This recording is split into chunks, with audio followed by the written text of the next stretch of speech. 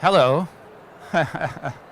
So just for those that don't know, LegalWorks is, imagine like air traffic control for legal requests, right? So everything comes in from everywhere in disarray. Tonkin takes care of it, routes it to the right place, determines whether or not attorneys need to get involved, and takes care of everything after that. So before Tonkin, I was the head of legal ops at a number of different companies for 10 years. And so one of the things that we obviously had to deal with a lot was contracts, right? And when you think about contracts from a risk perspective, a lot of folks do that from the negotiation side, red lines, approvals, obligations, stuff like that, right? But in reality, the contracts, and from my perspective, they fail at the point of post-signature. So as soon as something is signed, people take it, put it into a repository, and they're just done with it, right? And so from my perspective and our perspective is that's when the work and the fun just begins. So as I mentioned, they fail after signature, and no one operationalizes those terms because they are, like I said, usually thrown into some CLM and forgotten about until either renewal or something bad happens. And so from the key thing here, and we'll talk about, is the obligations inside that contract aren't enforced. I look at a contract as a piece of paper. It's what's in the words that are actually the most important, and extracting that information is key in order for us to be able to operationalize it. And so most folks have to remember this stuff on their own. They have to do searches or look at a report or something like that in order to determine whether is something renewing, do I owe a SLA credit to someone, and so on. So each time that a contract is signed and whenever someone has to look it up, there is a manual interpretation that comes into this, right? So what's important for me, what's important, what's urgent, what's informational, those are all subjective to the person who's looking at that contract, determining whether or not they need to have some sort of action related to that. And so if someone reads it, they decide what matters and so on, and that again is subject to interpretation, which has obviously its flaws and it's not consistent. And that's something that I think that Tonkin can help with, and I'll show you here in a second. So what we need to do is we need to take our document that we have. Remember, it's a piece of paper with a bunch of words on it, but we need to make that, and we need to turn that into a decision engine, right? We need it to be able to do things for us. And so you need to structure those terms. We need to be explicit about what exactly it is that we want to action or operationalize. And not only do that, is make those automatic. And so it's one thing to extract the information and show it to you.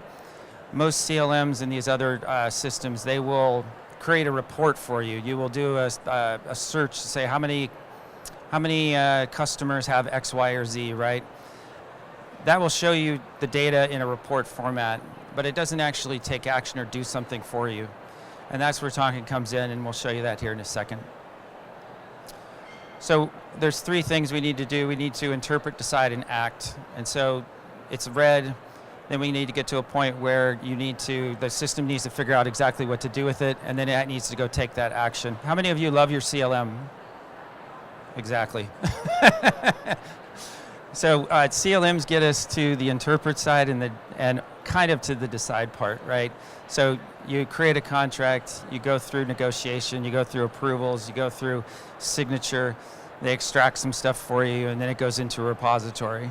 And if you ever want to surface something again, you do a search for it, and it shows you a list, shows you, like I said, a report of something that you just have, that's just another report for you to look at, and it's typically folks don't really react to it. But the big one is the act, and that's what Tonkin does, is it actually will take those decisions and turn those into actions and do it for you, with guardrails, of course. Okay, so we're going to upload a contract. We won't spend too much time on that. We're going to extract the obligations and then generate an action and then kind of track it from there. And if you have any questions, let me know. Well, I'll ask if there's any questions. Okay.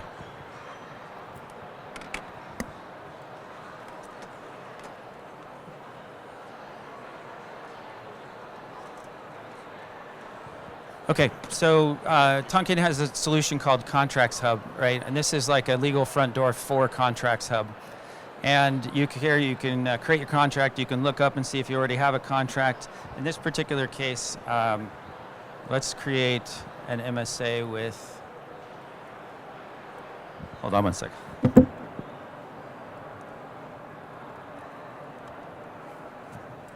Okay, so what this is doing is it's using agents to figure out which kind of intake that we're supposed to be using. Here it's choosing the contract intake. And by the way, you can do this in Slack as well. Let's see, where's my Slack? And you can see here that we have, in Slack as well, we have asked it to create an MSA with QWERTY here. And you can bring these dialog boxes up. You don't have to leave Slack at all. You can create your contract. You can interact with it directly from Slack. So here they've started to request the intake, the front door for the MSA. I'm going to go ahead and fill this out here for a second. And these 4 questions are all configurable. And one other thing I'll show you is the way you configure those are what we call playbooks. And it's very easy to do so. If I want to come into here and I want to add a field, I can just preview the form and I can add justifications. I can add conditional logic and so on. But it also tells you the processing plans, exactly what's going to happen with this MSA workflow. Shows you all the approvals and the review process it's going to go through. Can take you to the modules if you want to do some more advanced stuff. Tells you who's going to be the reviewers, in this particular case, maybe a direct manager, and then goes to legal. But let's go back to our form here, and I'm going to go ahead and submit this. It pre-filled QWERTY, by the way. One sec.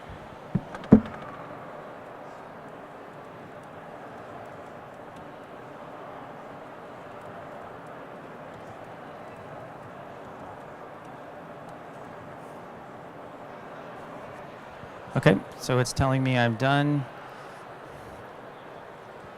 And so, since we only have 15 minutes, I'm going to bring up a request that we submitted a while ago.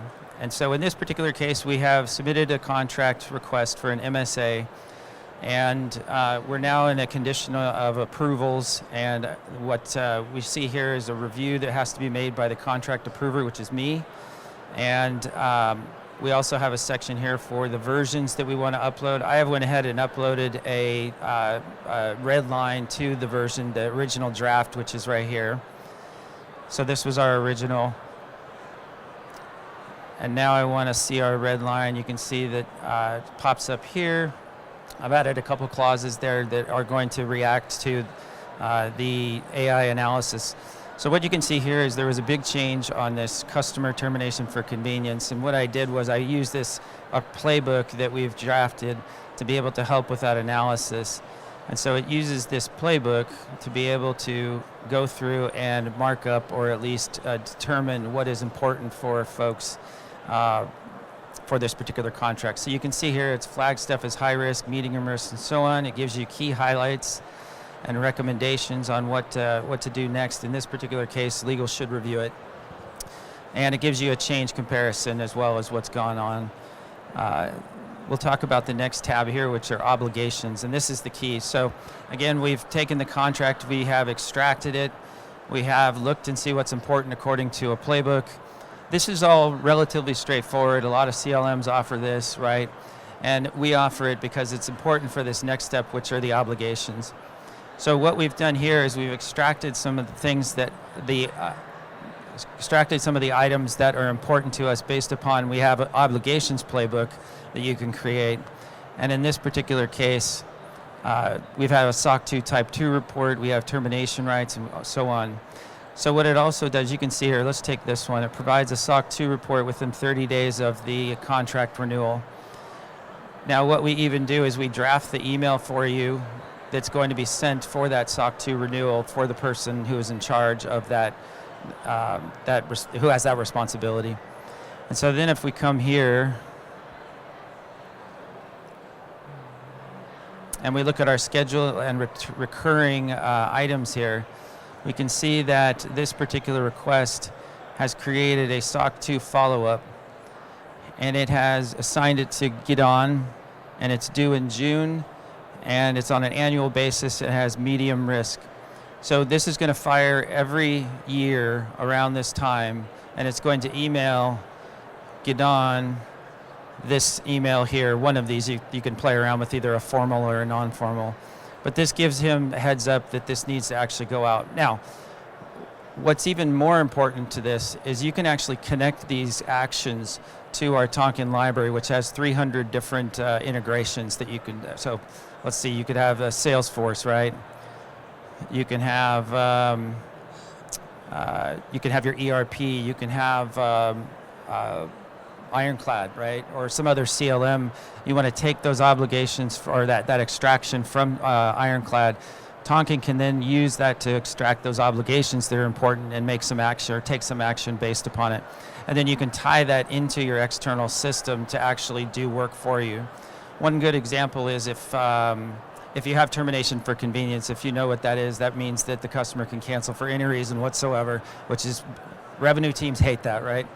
And so what you can have the system do is email the revenue team and tell them, hey, heads up, this contract has termination for convenience in it, and you need to take some sort of action, or, because when you're closing your books, the revenue team really has to make sure that they are, that they keep that in mind from a revenue recognition standpoint. Okay. So what we have talked about are what I would call an execution plan for a contract, right? You have no manual interpretation, you haven't missed any obligations, you've turned this from memory into some sort of you've gotten rid of that dependency on memory. And the key here is you've created an enforceable contract, not just something that's agreed to, but followed, and it's Tonkin Contracts Hub. If you want more information, we're right over here, 604. We'd love to talk to you guys more about this. Thank you.